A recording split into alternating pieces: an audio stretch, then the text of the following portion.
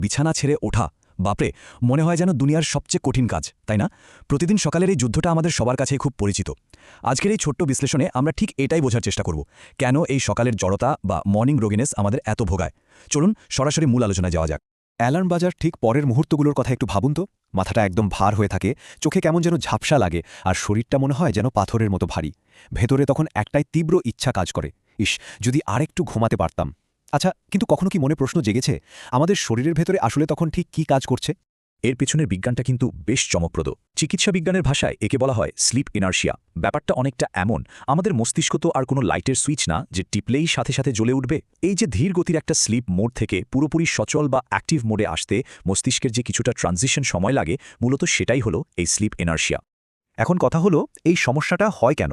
আসলে এর মূল কারণগুলো কিন্তু আমাদের দৈনন্দিন অভ্যাসের সাথেই গভীরভাবে জড়িত।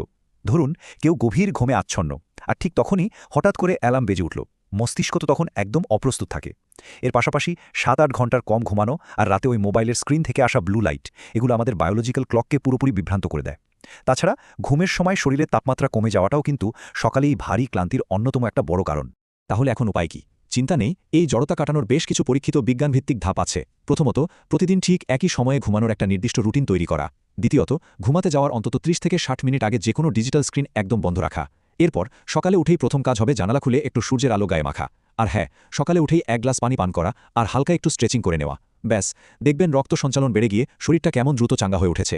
সুতরাং সবচেয়ে গুরুত্বপূর্ণ বিষয়টা হলো নিজের জন্য একটা স্বাস্থ্যকর অভ্যাস করে তোলা। আজকের এই আলোচনা শেষ করার আগে একটা প্রশ্ন রেখে যেতে চাই। এই যে এতক্ষণে আমরা বিভিন্ন কারণ ও সমাধানের কথা জানলাম, এর উপর ভিত্তি করে আমাদের প্রতিদিনের রুটিনে ঠিক কোন ছোট পরিবর্তনটা আনলে এই স্লিপ ইনার্শিয়া বা সকালের জনতা পুরোপুরি দূর করতে সবচেয়ে বেশি সাহায্য হতে পারে বলে মনে হয়?